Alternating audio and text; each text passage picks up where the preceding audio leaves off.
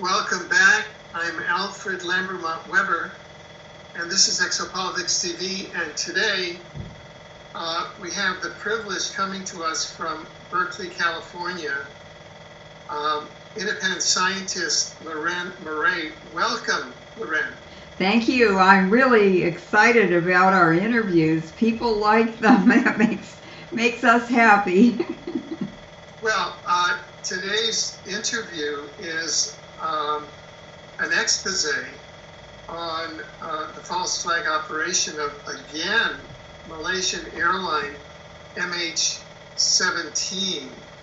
And we did a series, or rather you did a groundbreaking series on the previous false flag on Malaysian Airlines 370 that really exposed that as a false flag, while all of the governments were just pumping it and had, most of the mainstream media of the world, pumping Where's Waldo. So today we're going to go into MH17, Malaysian Airlines, and we're also going to answer the question, why is Malaysian Airlines being used as this psyops, which I believe you and myself have a unique vantage point to be able to answer that question. We certainly do. We've been there, done that, and we're actually part of the reason this is happening. Well, now, what we did in MH370 was, first of all, to really look at the false flag itself. Yes. And the methodologies there, and look at that analysis from the point of view of empirical evidence. I'm already hearing a lot of sound interference with this interview, but we'll continue with it, and we'll just ask the listeners to bear with it as much as possible, although we'll take a sound check right now for the moment.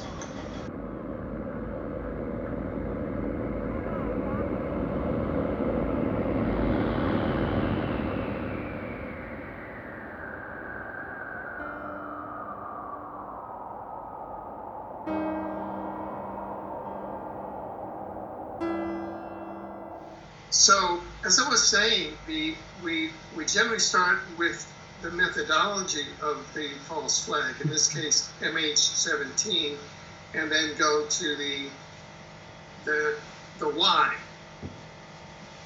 So we first start with a who, what, when, and where, and then go into the why afterward. Okay. So let's start with that. Flight MH17. Right. July 17th. That's interesting. July 17th, MH17. Over to you, Leuren Moret. Thank you. Malaysian Airlines Flight 17 was in a flight from, I believe it left from Schiphol Airport. It had something like 190 Dutch people on it. So it originated at Schiphol Airport in Amsterdam. And it took a route that most planes take going to Asia from Europe. And that flight went through, let's see,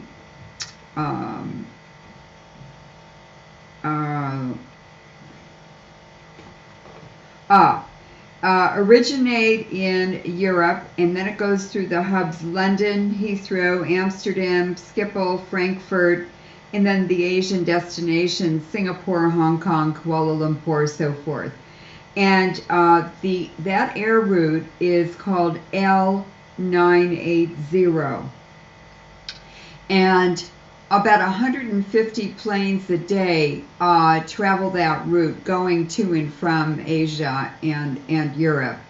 And the normal flight path is over the Sea of Azov, which is between the Black Sea and the Caspian Sea. And it is actually south of about 200 kilometers or miles south of the Donetsk area where MH17 was shot down. So there has to be an explanation about why this particular plane was ordered by the air traffic and controllers in the Kiev region to go 200 kilometers north of the route they were on. There has to be an explanation for that because it's not normal.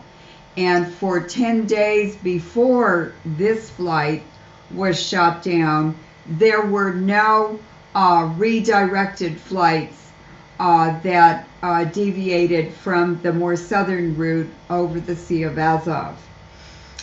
So it was obviously planned ahead when you look at more of the evidence. This was not accidental. This was very, very, very well synchronized and very, very carefully planned. And it was a false flag that actually went bad. Right. Now,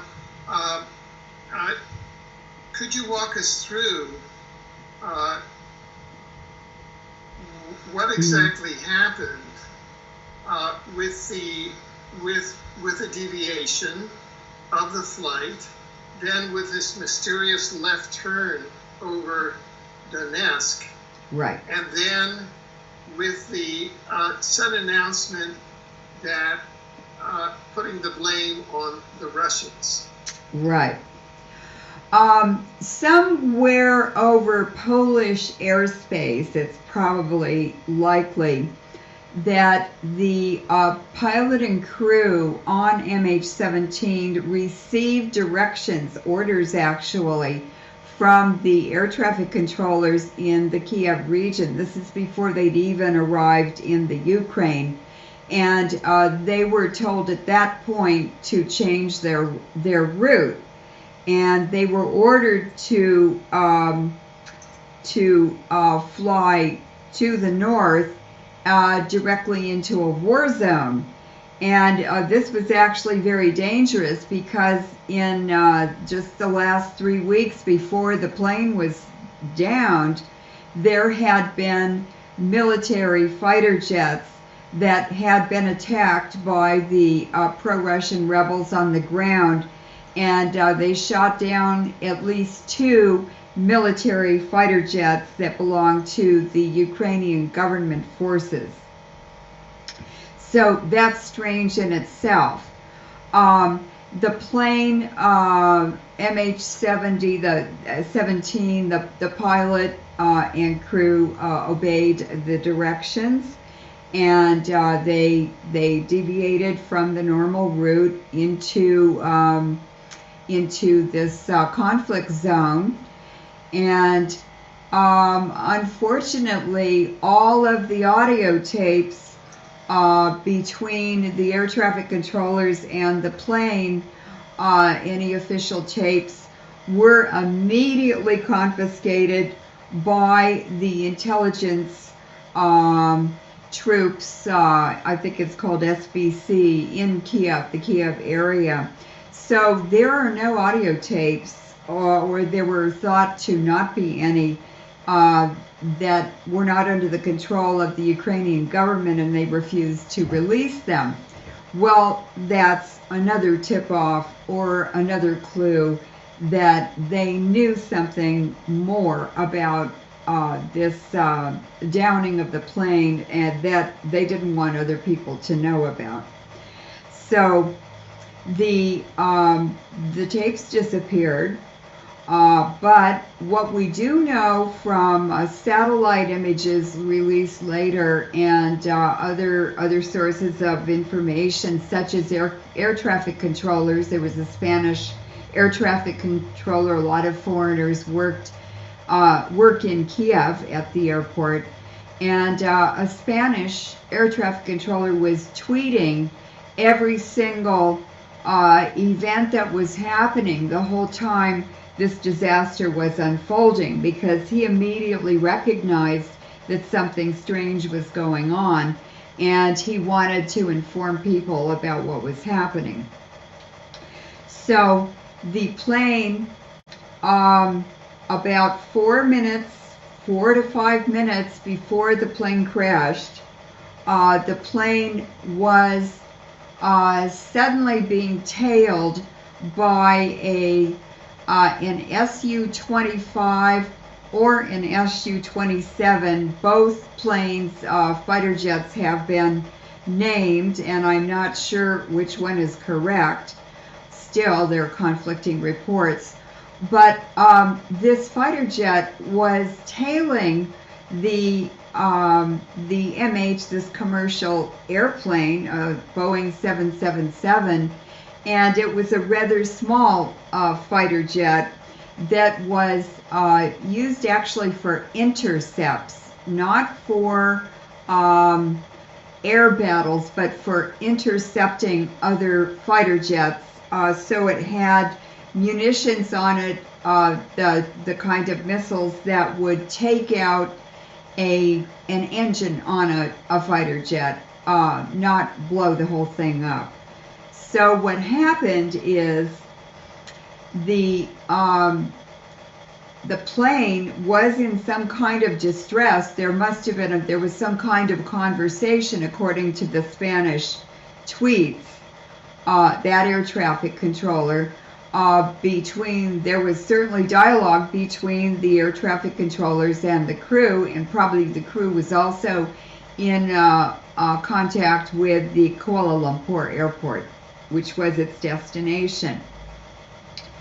And suddenly, and it must have been when the plane was hit, the MH17 was hit by a missile in the engine, the right engine, I believe, and the speed of the plane dropped down to 200 miles an hour from about 550, and the plane began turning in a wide turn, which was certainly a deviation from anything normal.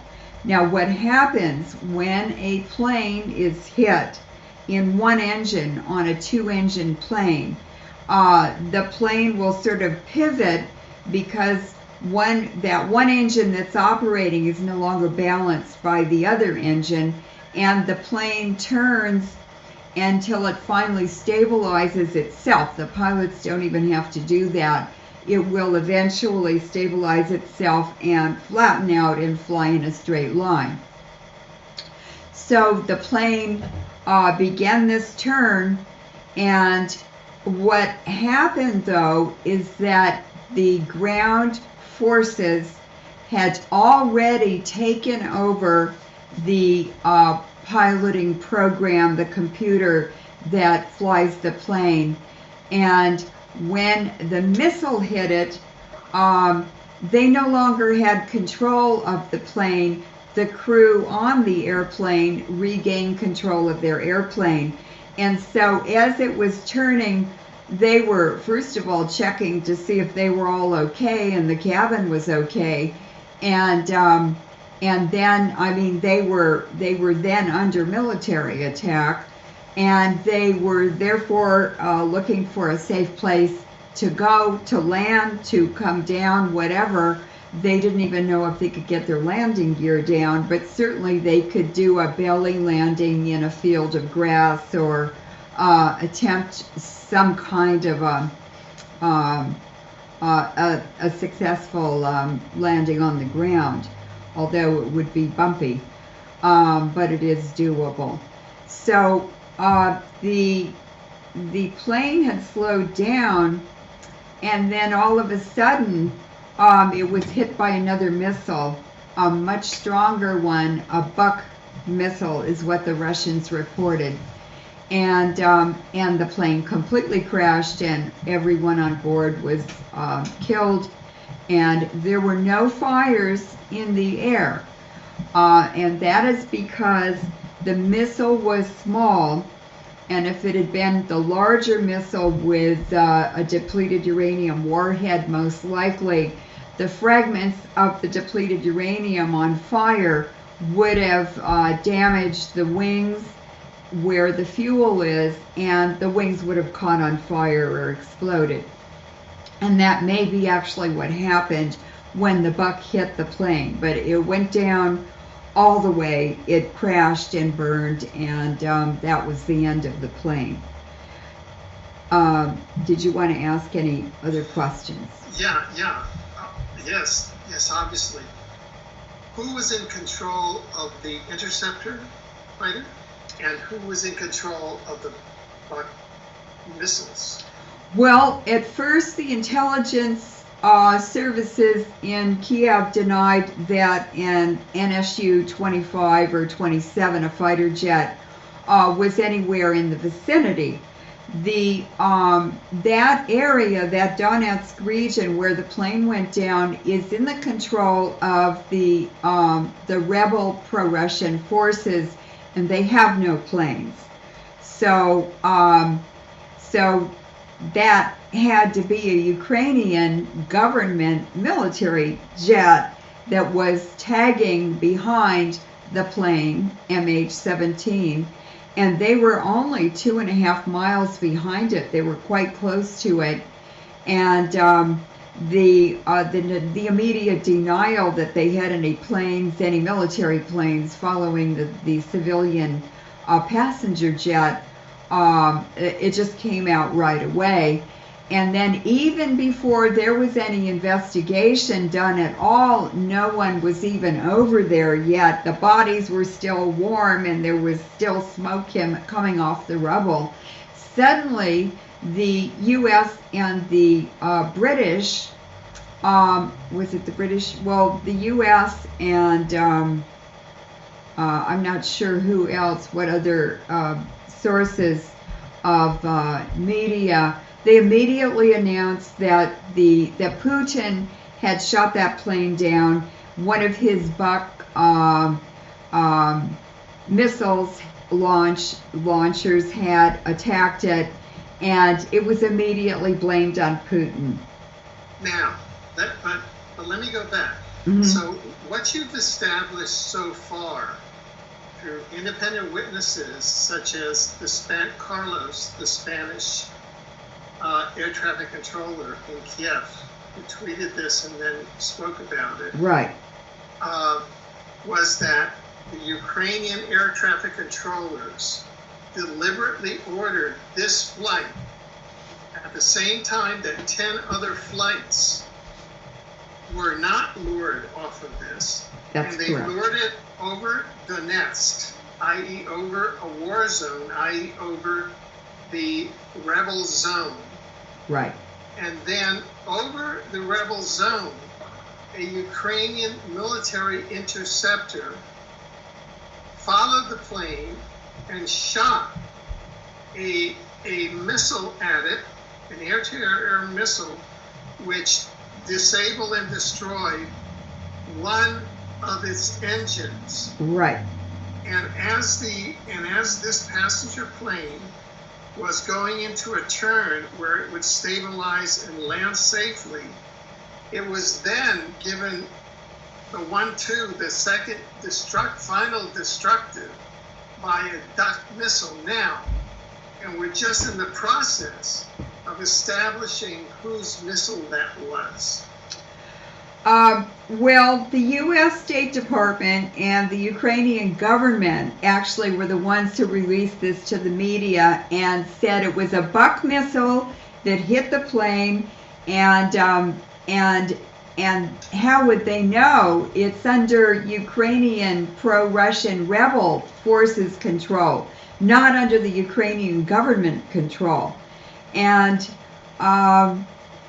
then it immediately came out on CNN, BBC, Fox, ABC, CBS, NBC, just exactly what they did with the Malaysia Flight 370 plane that after that one crashed.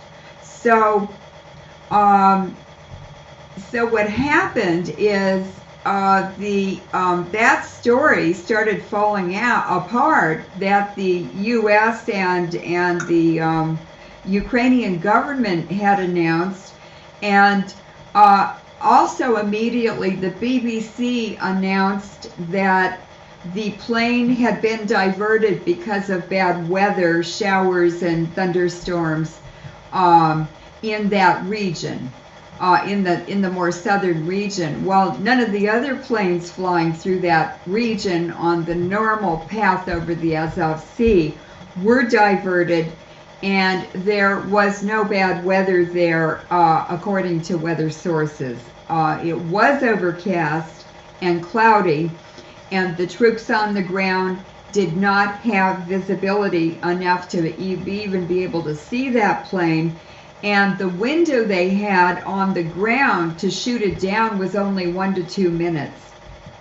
So what happened is this Ukrainian military fighter jet, which was armed with missiles for interception between two military fighter jets, not a commercial airliner. The particular type of missile on that plane was only powerful enough to take out an engine on like another fighter jet.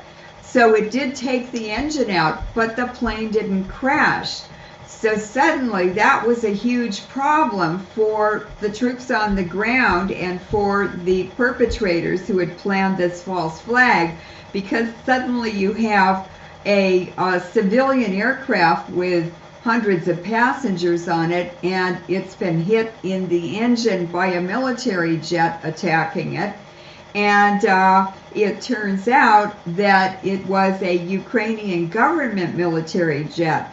So the troops on the ground who had been moved in 2 days before were not pro-Russian military troops. They were Ukrainian government troops in pro-Russian military territory. And the troops on the ground, there were actually 4 Buck missile launching, their mobile launching vehicle setups, had been moved in 2 days before by the Ukrainian government troops. And the question is, why would they move those into the rebel area if the rebels had no airplanes? So that on investigation, yes, the rebels had no Bucks, the BUK Buck missiles. No, the rebels did have Buck missiles, but they had no airplanes. But they had no airplanes. It was the government military troops who brought 4 Buck missile launchers into the pro-Russian rebel area, which they shouldn't have been in that territory, and they had no justification for having 4 Buck missile launchers there when the rebels had no planes. Now they also moved in 9 communication posts, mobile ones situated all around the area, and there was very, very heavy radio traffic for the day before and the day of the plane downing, and then there were almost no radio traffic for the 2 days after, and only half of the listening posts were still there the day after the crash. So the Ukrainian troops had gone in, the government troops set up all these missile posts and listening posts, communication posts. They were forced to hit that plane with a Buck missile, which is much bigger and much more robust, and that destroyed the plane, the commercial plane, and then they had to get out of there. So on the backdrop of this is all of this stuff started coming out in the media, and the Ukrainian government and the U.S. government denied any involvement by the Ukrainian troops, and they had this meme blasting through all of the global media coming out of the United States that Putin had shot that plane down. Well, he didn't have a motive to shoot that plane down. In fact, he was in Brazil signing an agreement, a very important banking agreement with BRICS countries. And the BRICS countries are Brazil, Russia, India, China, and South Africa. And those countries had just signed an agreement that they would no longer borrow money from the IMF and the World Bank, that they would put money together, their own money, into a fund to make development loans to the member countries. And Argentina will be included when they clean up their banking mess. They refuse to pay back the World Bank and the IMF. So this is now a breakaway of the big trading countries away from the U.S. dollar and Western banking institutions. And this is a huge threat to the Anglo-American Permanent War Crimes Racketeering Syndicate. So this false flag was also set up as a payback to Putin for organizing this renegade group of disruptive countries that are not allowed to borrow money from anyone that the Anglo-American War Crimes Racketeering Syndicate says they can't borrow money from. They're not allowed to be independent.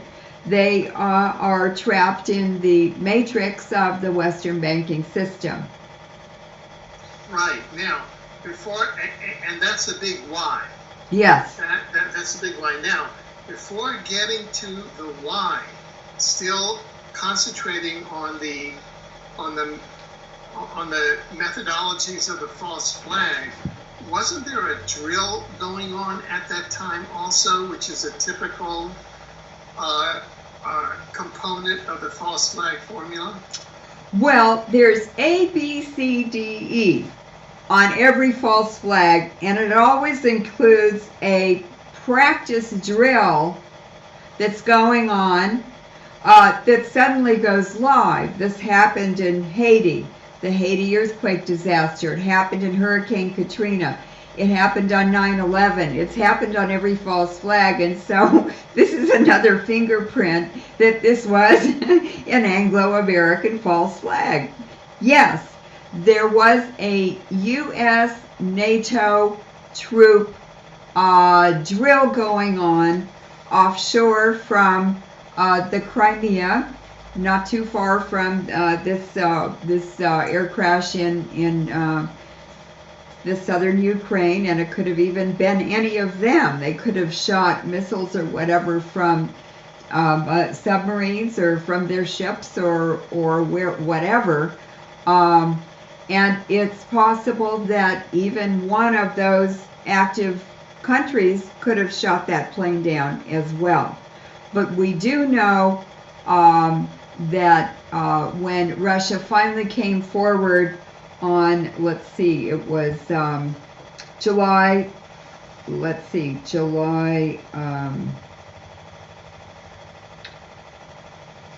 where is it? I can't find the date. Anyway, the month, July 22nd, yeah. The Russians released all of the satellite photos.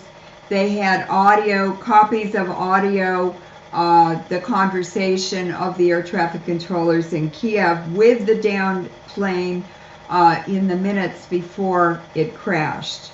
And they released that on public television. Every media source practically in the world was at that Russian press conference. And it really was very well done. They simply presented the evidence and let the public decide come to their own conclusion. And what it revealed was that 2 missiles had hit that commercial Malaysian plane flight, and one of them was a buck from the ground, and the audio indicated that the crew was in contact with the Kiev air traffic controllers while this was happening, and that it was all Ukrainian government military forces involved in all of this, and the pro-Russian rebels were not in any way in the area or involved with this. Now, what is there to link the United States and NATO to this false flag? Obviously, there's the drill.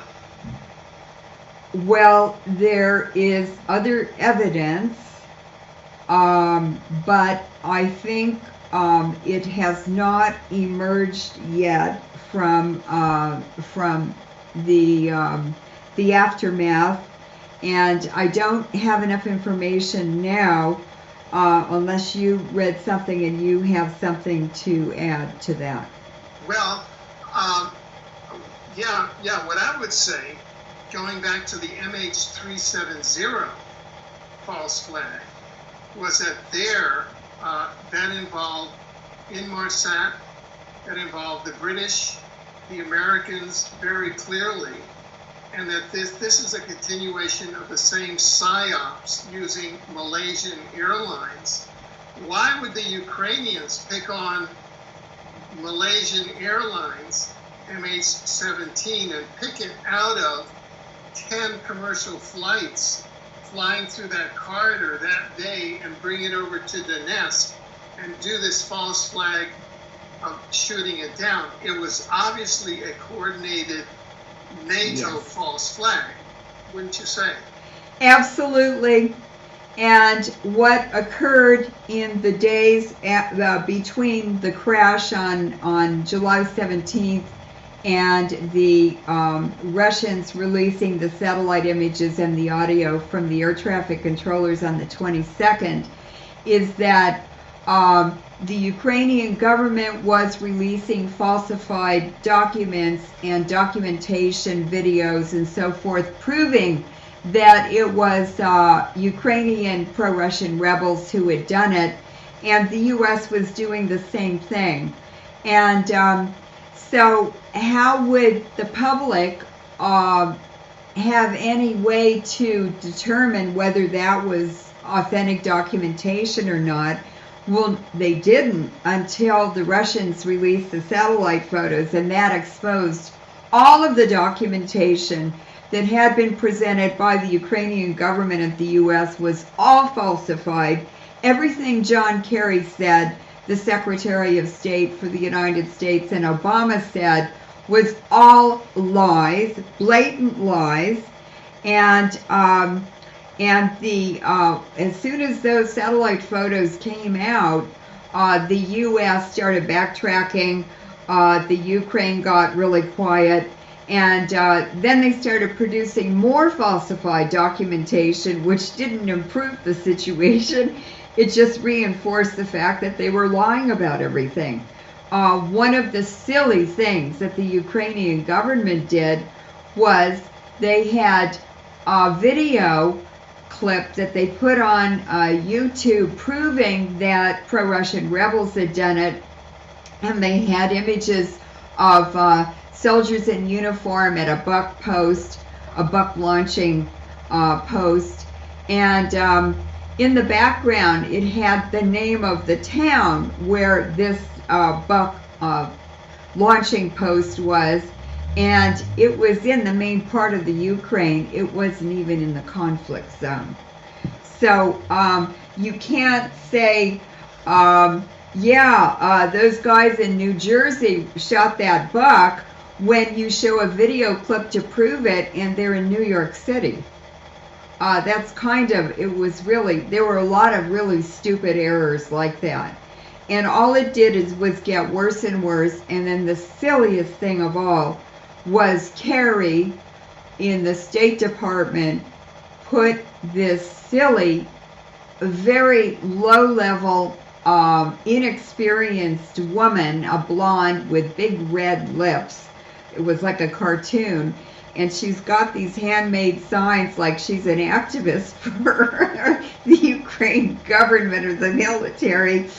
And she's babbling on TV all over all those networks all over the world, making an absolute idiot out of herself, and the State Department as well.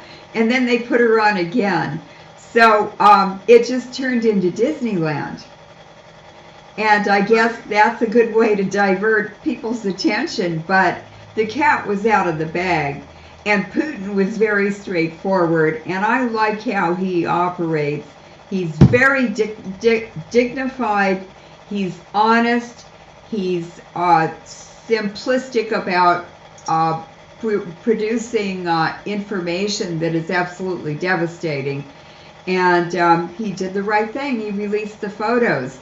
And if China or Russia had released the satellite images as they have this time, or Russia has this time, if they'd done it for Flight 370, a lot of people all over the world, especially the families of people who went down on that airplane, would have been much happier. Right. Now, let's switch and look at the whys. Okay? Yes. And really go through all of the whys. And let's start out a first level of why with the Ukrainian government and Mr. Poroshenko. Could you describe who Mr. Poroshenko is and what his situation was and why the Ukrainian government would have enmeshed themselves in this NATO false flag? Well, Mr. Poroshenko is a very questionable character. And why he was put in as president is another good question.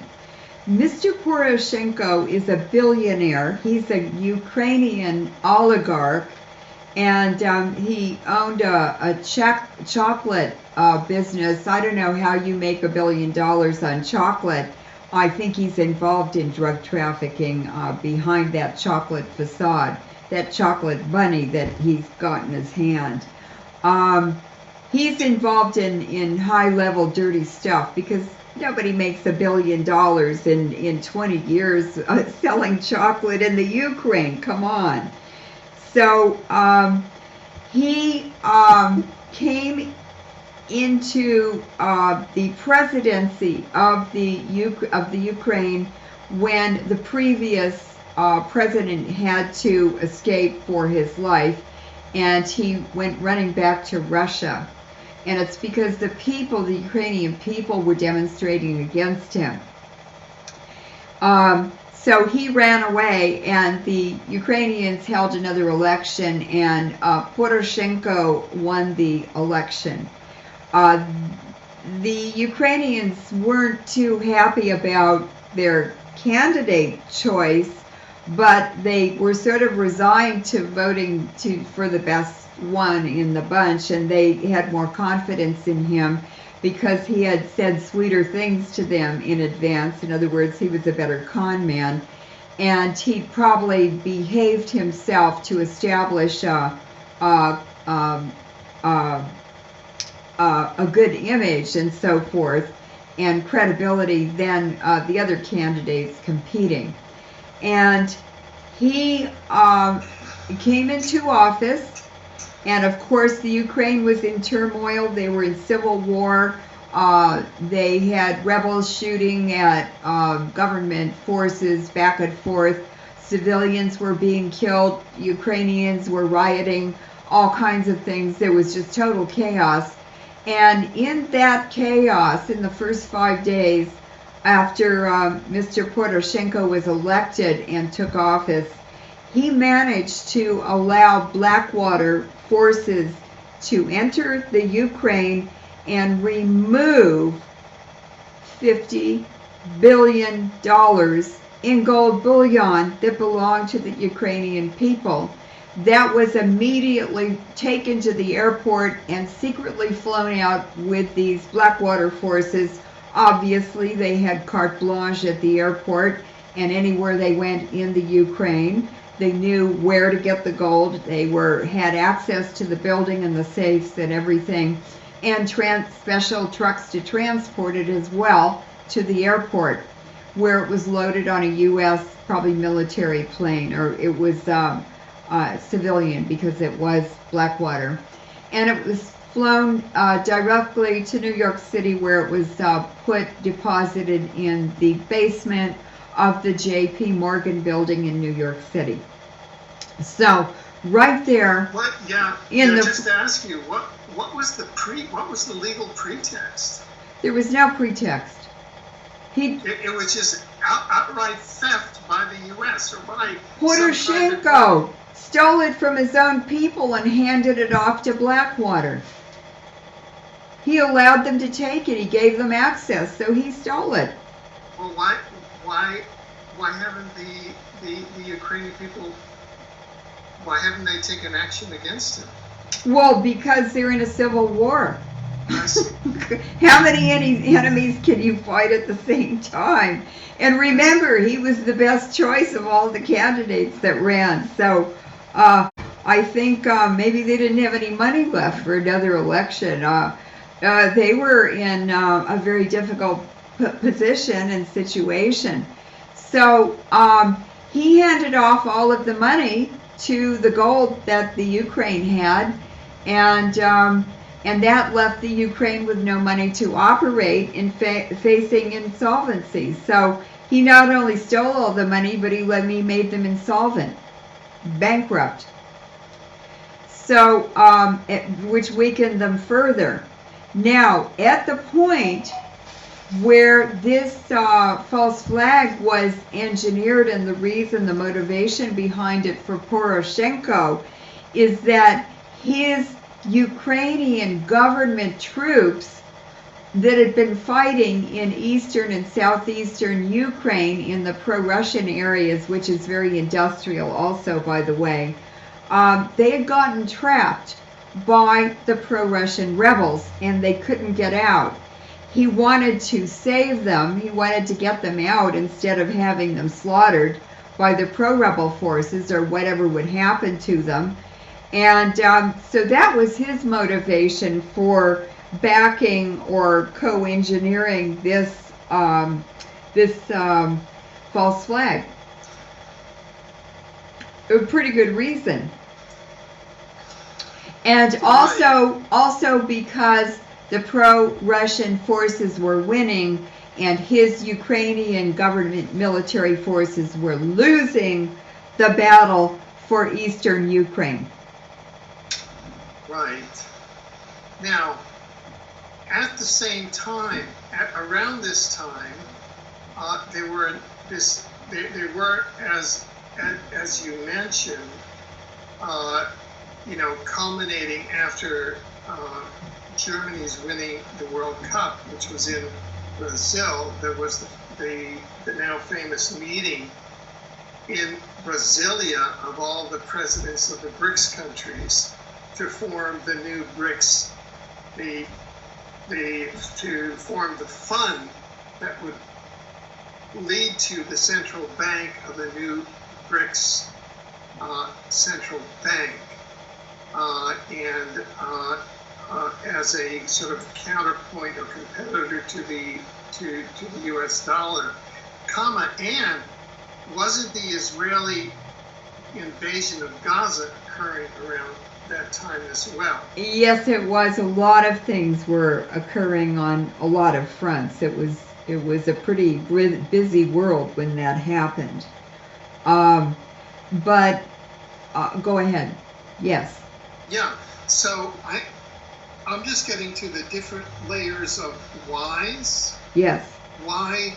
So that the why is to weaken Putin. Yes. And to for the NATO to strengthen their kleptomaniac Poroshenko in their new kleptocracy, the Ukraine, Right.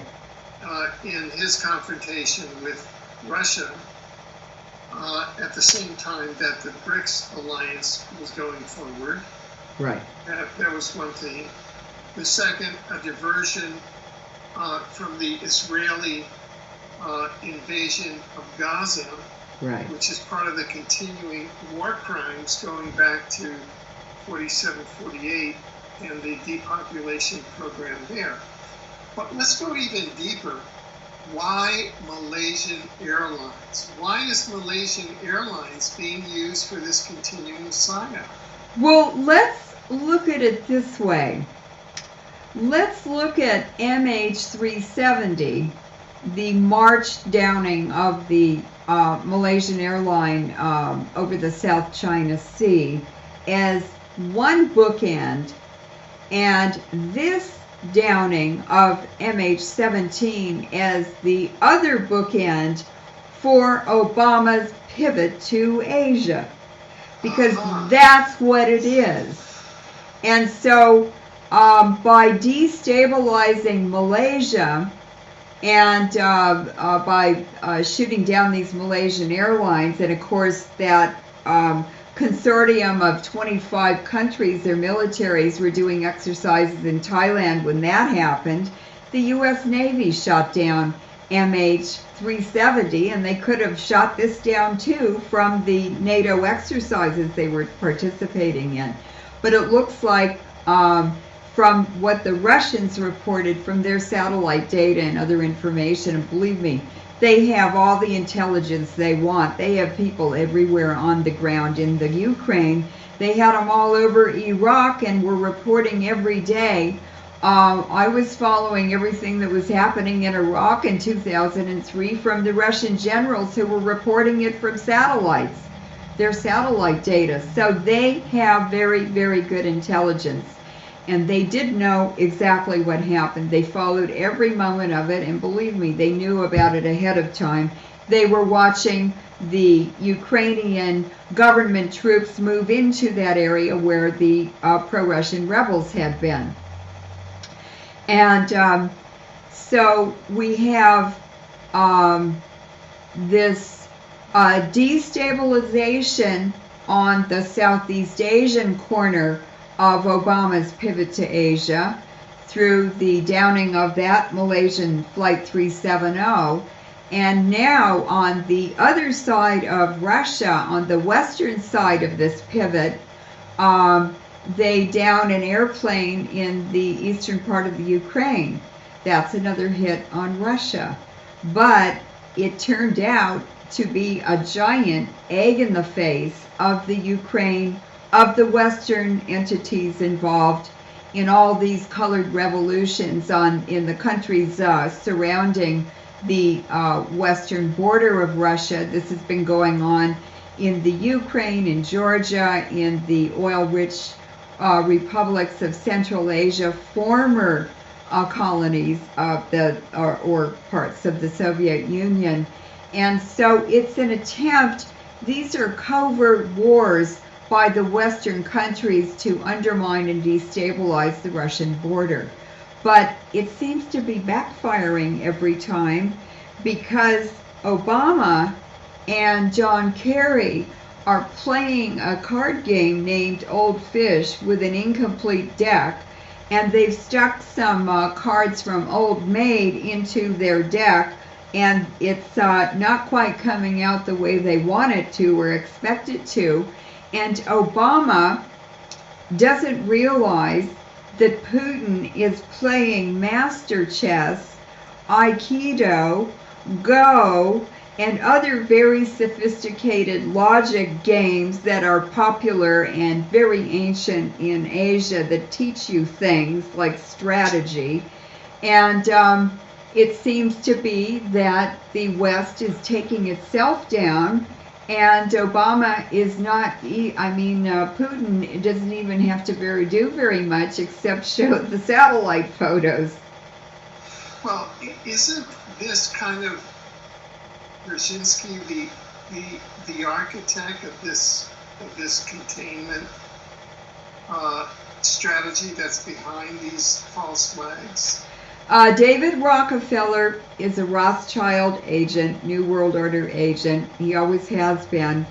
And he has used Brzezinski, Zbigniew Brzezinski, who was born in Poland, as his visionary and planner for U.S. foreign policy. And they work out of the Council on Foreign Relations, CFR. Brzezinski started the Trilateral Commission that was to join Japan, the U.S., and so forth, integrate that into a Atlantic Pacific think tank. And if you want to know what U.S. foreign policy is going to be a year, 5 years, or whatever from now, just read the CFR publication, Foreign Affairs, and it's all right there ahead of time. Right. Well, now, if we take this and put it together with your last interview on how on how this organized gang stalking and all of the technologies from Operation Phoenix in Vietnam are being brought through the Department of Homeland Security to take down the United States from the inside. It appears that through their puppets, Obama and Kerry, through this ineffective foreign policy, the United States as a nation and a people are being set up for a great fall. Isn't that what's occurring? Oh, that's exactly what's occurring. And Kerry and Obama are very, very well handled, as well as Homeland Security, by very experienced powers, entities, or an organization that has done this for hundreds and thousands of years. And it's called the Jesuits. The Obama administration is loaded with Jesuit-trained advisors and administrators. Homeland Security is loaded with Jesuit-trained and Jesuit advisors and handlers, and they are trained, for instance, Janet Napolitano, Governor Jerry Brown is a Jesuit priest, was a Jesuit priest. And let's see, Leon Panetta, who was head of the CIA and just stepped down as head of the Defense Department, I think, or the NSA. No, it was the Defense Department. All three of them are actually Californians, and all three of them were Jesuit trained at Santa Clara University. It's a Jesuit college. The Jesuits are nothing to sneeze at. They never left China. They are reorganizing this global economy. It's the Jesuits doing it, but you never see them because they have such a great masquerade of being pious priests. They're not even under the Pope in the Vatican. Well, now we have a Pope who is a Jesuit. Yeah, that's kind of the last straw, isn't it? I mean, that's the end of the end game. That is the end game. Right. Now, we have a Pope who is a Jesuit who is now pivoting to China and to Putin. And so he seems to be, this is where everybody is dumping the United States. I mean, this whole New World Order game is to like trash the American people and trash these values, these constitutional values, and to bring this New World Order dictatorship Well, the Jesuits discovered the Americas, the Jesuits created the Americas, and the Jesuits pumped the economy of the Americas, and they can take it apart anytime they want to. Right. So what hope do you see?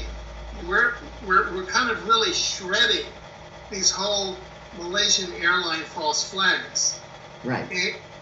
And so what pathway, and our colleague Kevin Annette now has indicted and prosecuted and convicted the Pope and the Queen, and many of these upper theater figures who turn out to be members of an organized criminal gang who violate standards of international humanitarian law, such as child trafficking and child genocide. So, what do you see as coming out positive from all of this? Well, I'll just tell you a little story through my looking glass. And my little story is that I got a chart of oil prices, historic oil prices, from 1946 to through 2013, actually until up to a month ago.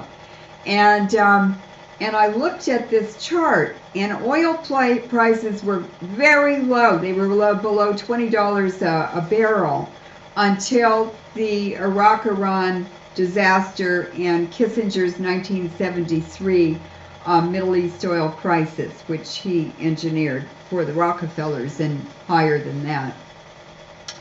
And my God, the nominal prices of oil were absolutely flat. They were never more or less than $20 and by more than $1 from 1946 until 1973. That's a pretty steady state on oil prices, and the oil prices were always pegged to the dollar. And then with the introduction of the Iraq-Iran War in the 1973 oil crisis and the Yom Kippur War, when Kissinger gave depleted uranium weapons for the first time to Israel to use against Arab forces and tanks in the Golan Heights, that is the first introduction of radiological and or nuclear weapons to the battlefield. It had been a global taboo until that oil crisis. And I noticed that oil prices were going up and down like the Teton Range of mountains. And I went, what's driving the prices up and down? Okay, I know oil is pegged to the dollar.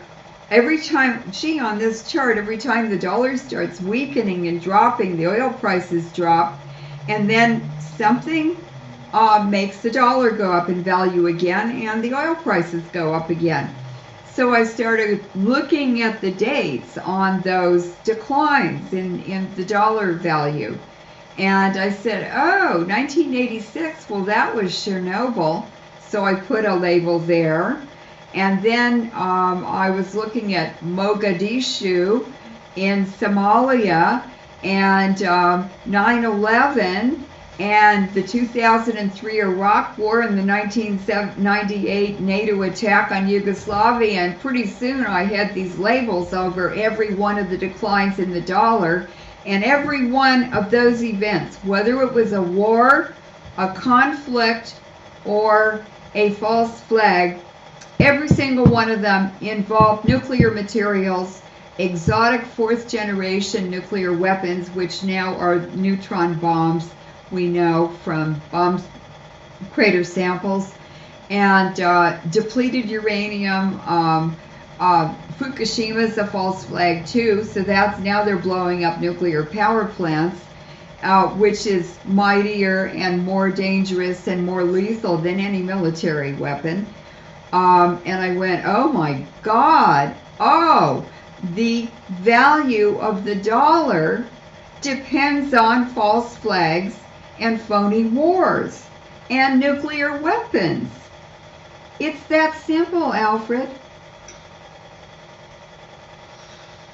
Right. And I'll bet you they used a depleted uranium warhead on both of those Malaysian airplanes, because it's a symbolic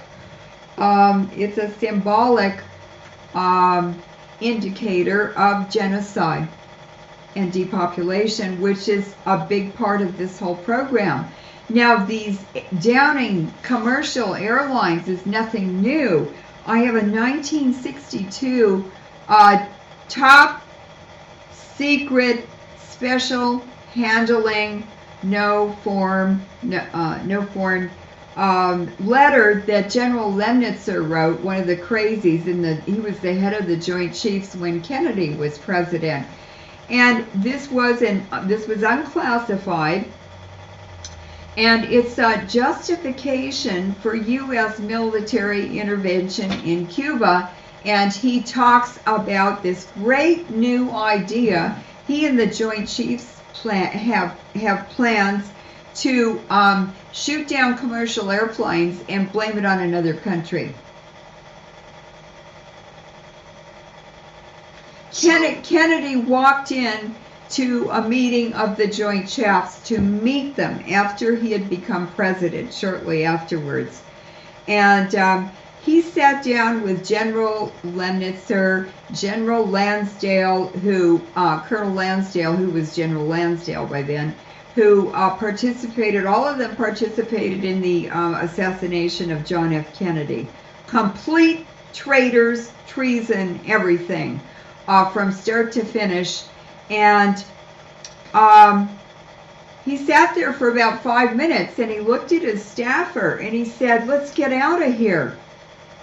And they got up and walked out of the meeting with his first meeting with the Joint Chiefs. He said, "Those people are effing crazy." And he fired Lemnitzer. And he sent him to NATO to be the head of NATO, which was a demotion for Lemnitzer. And Lemnitzer never forgave him for that. Now, there were other people involved and other reasons for assassinating President Kennedy, but this is when things really began to turn against the American people. And the dream makers like Martin Luther King, President Kennedy, Bobby Kennedy, people who wanted to stop the CIA and clean up the U.S. and get rid of the shadow government and everything, they were assassinated. And the dream breakers were brought in, Kissinger and Jerry Ford and Nixon and people like that were brought in. They weren't even the bad ones. The Bushes were the really bad ones, to destroy the United States. And they all have Jesuit ties, either Jesuit ties or ties to the former Habsburg Empire, because they're over the Jesuits. And these satanic practices that Kevin Annett has been so successful in exposing in the Catholic Church, it's coming out of the Jesuits, and their ties back to, for instance, the Babylonian satanic cultic beliefs and practices. And the Kabbalah is one of those documents from that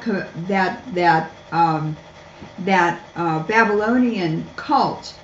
And they not only recommended killing Christians, it wasn't killing Christians then, it was disposing of their enemies through genocide and completely destroying everything, not leaving anything in a village or a town or a country or region that was considered to be an enemy. They also, in these cultic practices, they recommended and sanctioned sex with girls as long as they were less than 8 years old. They also recommended and promoted pedophilia with boys and girls. So these satanic practices that are used today very successfully to blackmail and control the people, powerful people who need to be able to be under control. You can't let power go to somebody's head and let him get off the reservation when it's your reservation and your power that he's really exercising. So so they blackmail them with these satanic practices, and they can't go off the reservation without being exposed. And that's exactly what's happened to Ratzinger, the Pope in the Catholic Church, who was participating in these pedophile rings. In fact, he organized them for the Catholic Church. And he was absolutely integrated and working with George H.W. Bush, who was running global pedophile rings. And the Sandusky and Paterno, the two football coaches at Penn State who got caught in this gigantic pedophile ring, global pedophile ring, Paterno got fired late at night by the board of directors of Penn State, and the very first phone call he made the next morning, this is just a couple years ago, was to George H.W. Bush's criminal attorney. So these are global integrated pedophile rings. They make tons of money off of these child prostitutes, and it's really horrible. Jeffrey Epstein, who is a investment banker or something in New York City, worth $1 billion. He only has 9 clients. He's a front for the Mossad and for David Rockefeller. And what he was doing and still doing is finding and grooming underage girls and flying these wealthy clients and friends and so forth, royal family members, so forth and so on, powerful people, down to his island, Little St. James Island in the U.S. Virgin Islands. And he had girls, young girls, trapped there. They couldn't get off the island. They didn't want to be there in these around these sex predators, but they couldn't escape. And so these are the kinds of things that are going on behind the scenes. These are horrible, satanic, evil, very destructive practices, and they're out of control now. They're global and they're out of control. And Kevin Annett was able to mobilize and organize a global response to these pedophile rings in the Catholic Church, but it's much bigger than just the Catholic Church, and it certainly originates with the Jesuits. There is also a Venetian occult satanic tradition, the Venetian school. There's a Roman school from the Roman era. All of these have slightly different flavors and different gods and goddesses or whatever, but it's the same nasty stuff, and it's being done for the same reasons, and the bankers are very involved. Jeffrey Epstein was procuring underage girls and flying them to England, to Balmoral Castle, for Prince Andrew when he was married to Fergie and afterwards. So, Prince Andrew was also begging for money from Jeffrey Epstein to pay off his ex-wife's debts. So somebody like Epstein is happy to do that because then that person is indebted to him. And since Prince Andrew was head of the Trade Commission for England, he was in a very powerful position to procure contracts, and a lot of money flowing this way and that way and back and forth. So this is why they're doing it. This is who is doing it. This is how they're doing it. And believe me, it's all over Southeast Asia. It's all over China. It's not just Europe and the United States, North America. Now, let's bring this back to flight Malaysian Airlines flight MH17 and Malaysian Airlines flight MH370. Both you and I were in Malaysia at a very significant time, starting in 2007, with the War Crimes Conference called there by former Prime Minister Mahathir bin Mohamad. And you spoke there on depleted uranium and its dangers and all the dangers of radiation. And at that time, I was appointed a judge on the Kuala Lumpur War Crimes Tribunal, which went on to find former Prime Minister Tony Blair, U.S. President George W. Bush and his cabinet, Dick Cheney, Donald Rumsfeld, and all of their attorneys guilty of war crimes at the Nuremberg level for the illegal war in Iraq, and also which went on to find Israel guilty of war crimes and genocide for its essential invasion of Palestine and displacement of Palestinians starting in 47-48 and continuing up through then 2009 and now through to 2014. Well, Yeah, so I just want to get to the question. So at that time, we were able to, and Malaysia garnered all sorts of headlines in all the major newspapers as you know, ahead to stop depleted uranium, ahead to find Bush, Blair, these war criminals, Israel, as war criminals. And now all of a sudden we have its airliners are being used and Malaysia being turned into a pariah targeted nation. So in a sense, a lot of this psyops originates with the work that you and I and others did.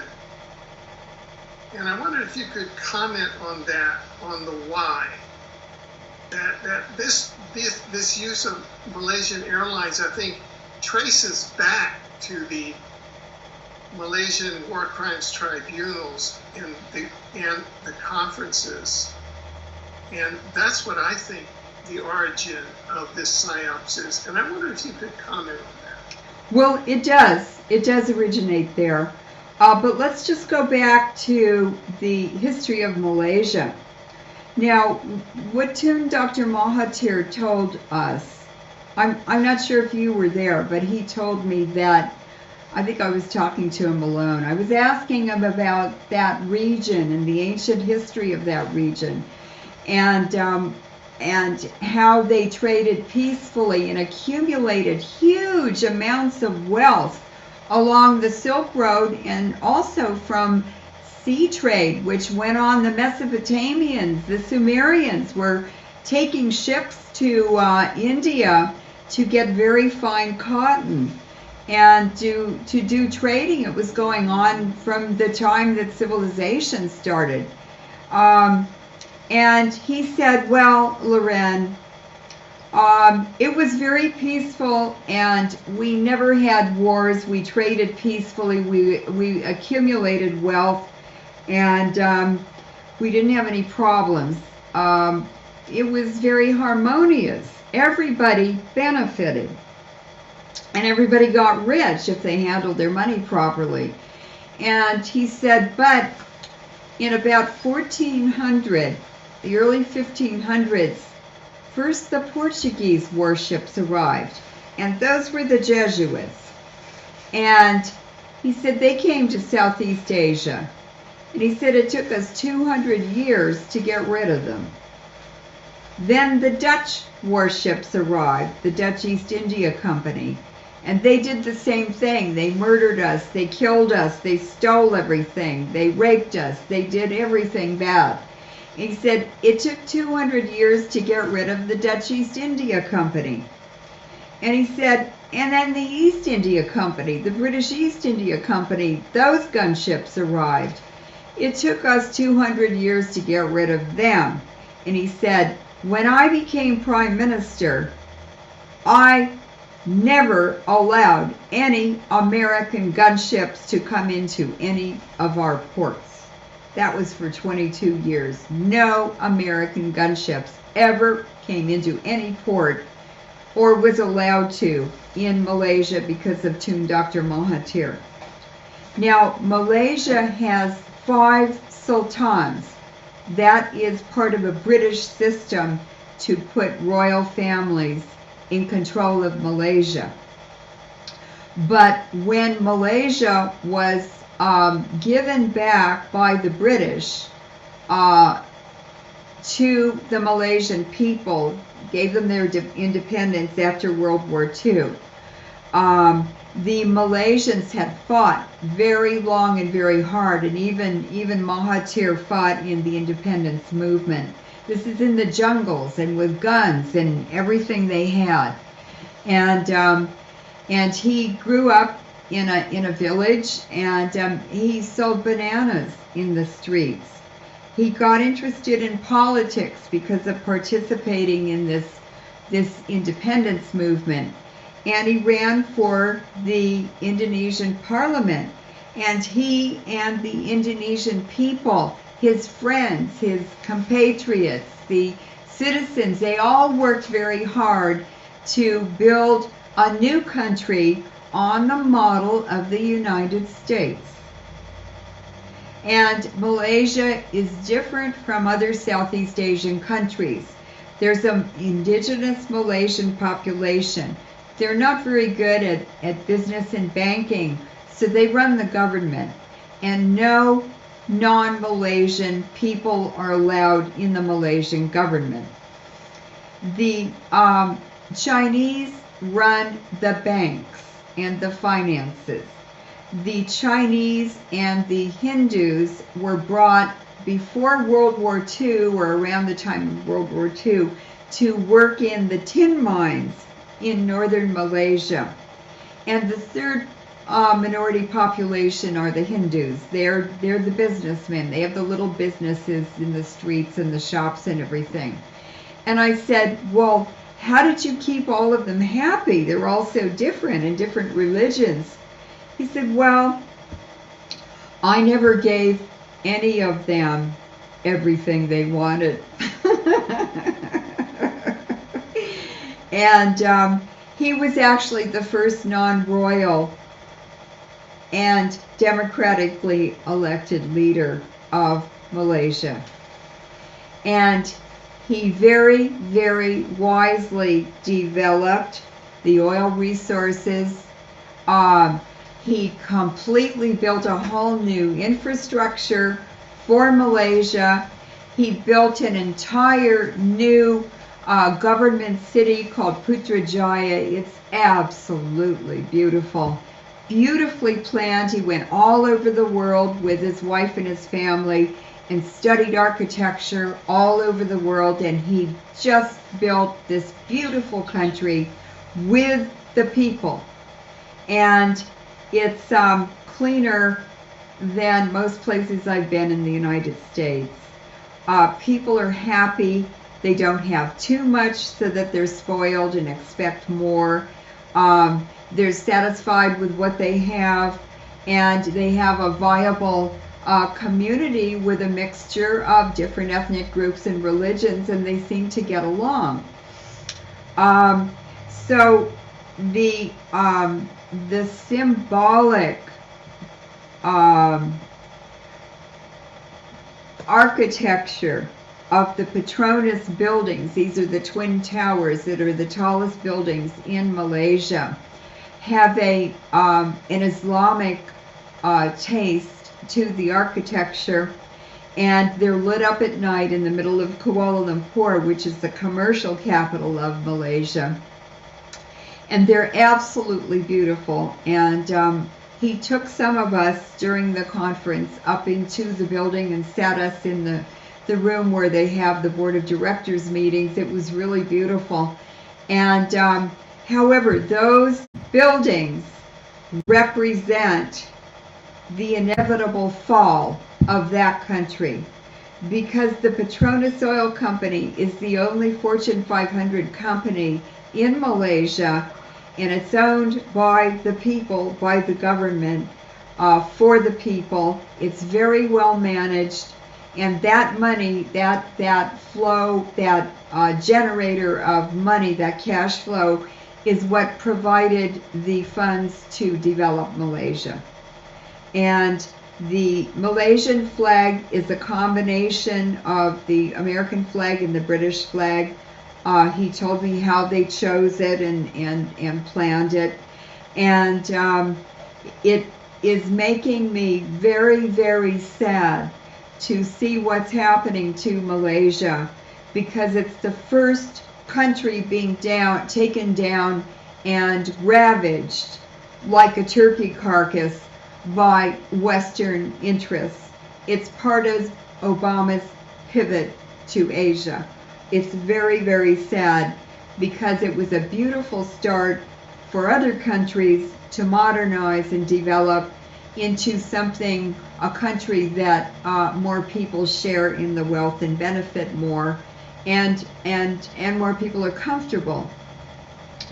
And I believe that any country that has any idea or notions of building a country like the United States was to begin with, or the freedom that we've enjoyed, and we're completely losing everything now. I think any country that has aspirations to a democracy, being a democracy and wealth shared by all, is going to come to the same fate. And this is the Jesuits who pillaged, plundered, genocided, destroyed strong nations, not in their template, but the indigenous people of North, Central, and South America were very, very advanced and very accomplished and very sophisticated. They just didn't do it the way the Western countries did. In fact, they were civilized a long time before Europe was. And I think Gandhi would agree that the Western countries aren't really civilized yet compared to where those older countries had achieved the level of sophistication, and really were using their mathematics, their music, their science, everything. All of that came from Central Asia and the Middle East, and in indigenous populations around the world. So I think that's why Malaysia is being targeted, and it's a warning to other countries in the region. Now, Southeast Asian countries are ancient island arcs. This is geopolitical now, and they are ancient seafloor, ancient volcanoes on the seafloor that make huge, rich mineral deposits of metals, gold, copper, cobalt, all kinds of things. And what they're planning to do in this pivot to Asia is to move our redesigned military, our Navy, into that region. We will be doing it with international forces involved, like the 25 countries represented in Thailand at the time of the downing of the MH17, and maybe that was the Navy saying, hey guys, this is how we're going to do it, and shooting down that Malaysian airplane. So what they're doing is conditioning Southeast Asian countries now to participate in the cannibalizing by Western powers of all of the Southeast Asian countries. Isn't that what they're doing? They're conditioning the militaries in that region to participate in the devouring of their neighbors. Isn't that what they're doing? Yeah, and in the targeting of Malaysian Airlines, it's an explicit signal to everyone. If you try to go it alone, like Mahathir did, and if you try and prosecute us, namely the Anglo-American War Crimes Syndicate and the Anglo-American Zionist War Crimes Syndicate, we're going to shoot you down. Well, you and I were invited to that conference, and I was invited specifically to have my own session on radiation or nuclear materials used in warfare. There's never been a conference in the world ever that's been held on that topic. They dance around it, or they undermine it, or they can decode it, or whatever. But what you and I discovered is that that presenting the issue of depleted uranium at that conference in 2007 made me more dangerous than depleted uranium weapons, because Mahathir had never been involved with activists, with organizing a conference like that, or doing anything. For instance, actually the reason he did it is the Palestinians finally came to him and they said, "We've been to every leader in the world and asked them to help us. No one would help us. You're the most respected Muslim leader in the world. Would you help us?" He said, "Yes, of course." And so he started organizing these war crimes conferences, and because of his stature and status, he was very successful. And you remember the audience of 5,000 leaders and very important people, including an ambassador's row behind the speaker's row at the front. 5,000 people came to the first conference that we were at. And I started noticing all these United Nations people there. Former Undersecretary of the UN, Hans von Spanek, who was sent to Iraq by Kofi Annan after Saddam Hussein was removed from power. And he quit in protest of sanctions, and Dennis Halliday replaced him as Undersecretary of the UN in Iraq, and he finally quit. And Michel Chossudovsky was also at these conferences. They were on the board of directors of Mahathir's organization that paid for and organized these conferences. He spent $5 million on each conference. I said, "Where'd you get the money from?" He said, "The Sultans." And so these very, very, very, very excellent conferences were undermined and destroyed by the UN team. And who betrayed Mahathir? It was Matthias Chang, who had been Mahathir's secretary for many years. Matthias Chang is a very devout Catholic. He was raised in boarding schools in England. The Duke of Northumberland's son was his best friend at boarding school. The Duke of Northumberland is the head of the Masons in England, and he's also Queen Elizabeth's first cousin. And the Duke of Northumberland made Matthias Chang a 33rd degree Mason. So whether Chang was directly Jesuit trained or indirectly Jesuit trained, Matthias Chang was operating as a representative of the Jesuits, spying on Mahathir and setting up that conference so that the UN could forever ban, prohibit, repel and censor anyone coming to any more conferences or war crimes tribunals with the depleted uranium issue. Indeed. Well, we really want to, we've come to the end of this segment, and we really want to thank you, Leuren, for the time and research and insight that you put into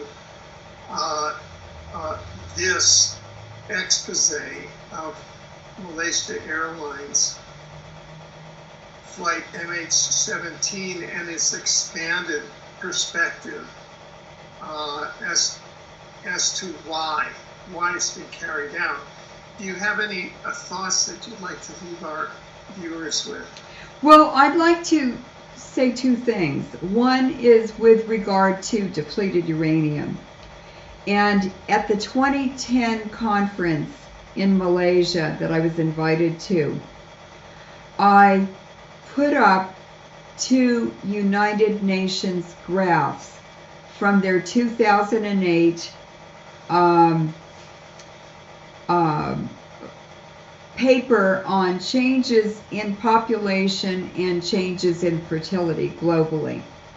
Now, what those 2 graphs showed is that the global population in all countries, regions, undeveloped regions, everywhere, has been declining since 1950 with the introduction of nuclear technologies.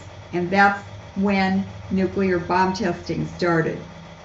That was replaced by the nuclear power plant program, and then the depleted uranium, which is global, in 2 weeks was introduced on the battlefield in 1973 by Israel. Kissinger gave it to them, but it was first used in the 1990 Gulf War by the U.S. And that was George H.W. Bush and the Carlyle Group who introduced it and made all the profits on it. And that's Queen Elizabeth Canadian uranium, which she personally owns, is in all of the depleted uranium. She has investments of over $17 trillion in depleted uranium holdings. Queen Elizabeth is destroying the entire global population, global fertility, global health to make those profits. And that is going to be a part of Kevin Annette's War Crime Tribunal as well. It should be. Now, when I came to that conference with those slides of the global depopulation and drop in fertility, the UN troops, Shasadovsky, Halliday, and Van Spanik, went absolutely nuts. And my PowerPoint was destroyed by the time I got on the stage to begin my talk. Mahathir's daughter had helped me put it together the night before. She was behind the scenes and she quickly reassembled it so that I could present it that day. Halliday got up while I was waiting for the PowerPoint to be put back together, and he went over to the chair of the session and demanded that he remove me from the stage before I'd even given my talk. This is how afraid they are of the depleted uranium issue. And they're afraid of me. And Halliday said this to me at dinner one night at that conference. He said, "And you're so well qualified." And that's what they don't like. They don't like the facts. They don't like people who are qualified and prevent the facts. And that is the answer to all of this. It's one of the solutions is for people around the world who have qualifications, who've seen things, who've developed technologies and pathogens and whatever, banking practices, that's a virus too now, to begin to speak out and talk about it. And we could change things overnight if the truth just floods the airways. It's easy. We have the internet. People should be doing that. And so that's one thing I want to say. And the other thing that I want to say is that the mining of Southeast Asia cannot occur until the population has been cleared out of the way. And what is happening in Southeast Asia to young men now is because of all of the uranium used in Iraq and Afghanistan and the high rainout by the monsoons, seasonal rains, it is feminizing the young males and masculinizing the young females, and it's more noticeable in Southeast Asia now than anywhere in the world. This is all part of a plan to mine all those Southeast Asian island arcs and sell all those metals and goods to China as the Jesuits and the bankers pump the Chinese Russian economy, the new world economy now. We're in a transition, collapsing the Western economy and building a new middle space Central Asian economy with Russia and China. So Putin can afford to be measured in what he does. He must be very careful. He must be very diplomatic, and he must be very proper in how he does things, because he's on an up curve. He's growing Russia. He's improving Russia. He's benefiting Russia. And I want to remind Americans and people all over the world that the United States would have been collapsed and swept into a dustbin 150 years ago if the Tsar of Russia had not sent Russian warships to guard our west coast and our east coast for President Lincoln at his request during the Civil War in America, which was engineered by the British.